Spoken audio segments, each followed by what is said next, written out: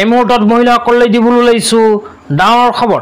তো যিসকল মহিলাই ভিডিঅ'টোত ক্লিক কৰিছে অনুগ্ৰহ কৰি ভিডিঅ'টো স্কিপ নকৰি প্ৰথমৰ পৰা শেষলৈ চাই থাকিব, কিয়নো অসম চৰকাৰে মহিলাসকলৰ বাবে ইতিমধ্যে ঘোষণা কৰিছে অৰুণোদয় 3.0 আঁচনি। তো যিসকল মহিলাই এতিয়ালৈকে নিজৰ নামখন অৰুণোদয় আঁচনিত অন্তৰ্ভুক্ত কৰিব পৰা নাই সেইসকল মহিলাৰ বাবে আহি গ'ল সোণালী সুযোগ।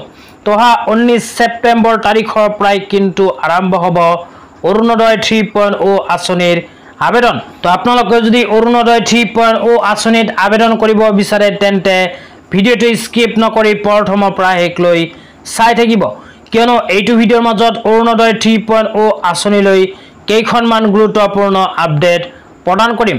তো কোনবোৰ মহিলাসকলে অৰুণোদয় 3.0 আঁচনিত আবেদন কৰিব পাৰিব আৰু আবেদনৰ বাবে কি কি যোগ্যতাৰ প্ৰয়োজন হ'ব সবিস্তাৰে আপোনালোকক জনাই দিছোঁ।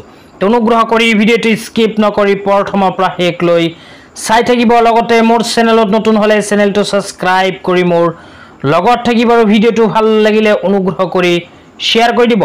তো আপোনালোকে মোবাইল স্ক্ৰীনত চাব পাৰিছে অসম চৰকাৰে অৰুণোদয় 3.0 আঁচনিলৈ কেবিনেট বৈঠকত এনেকৈ এখন সিদ্ধান্ত গ্ৰহণ কৰিছে।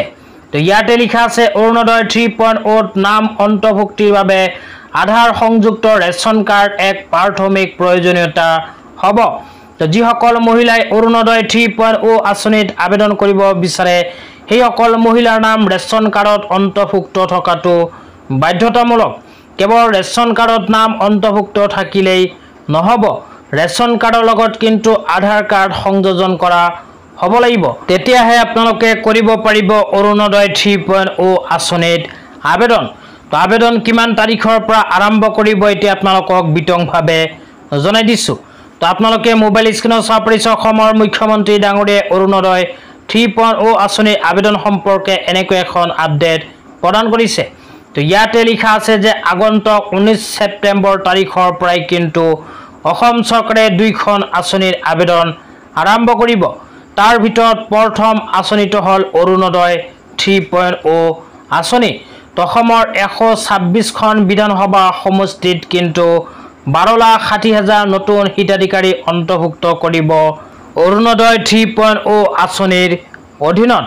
তো আপোনালোকে যদি অৰুণোদয় 3.0 আঁচনিত নিজৰ নামখন অন্তৰ্ভুক্ত কৰিব বিচাৰে তেন্তে ভিডিঅ'টো চাই আছে যদি চেনেলটো ছাবস্ক্ৰাইব কৰি মোৰ লগত থাকিব, কিয়নো যেতিয়াই অৰুণোদয় 3.0 আঁচনিলৈ নতুন আপডেট আহিব লগে লগে কিন্তু আপোনালোকক মোৰ চেনেলৰ সহায়ত বিতংভাৱে জনাই দিম।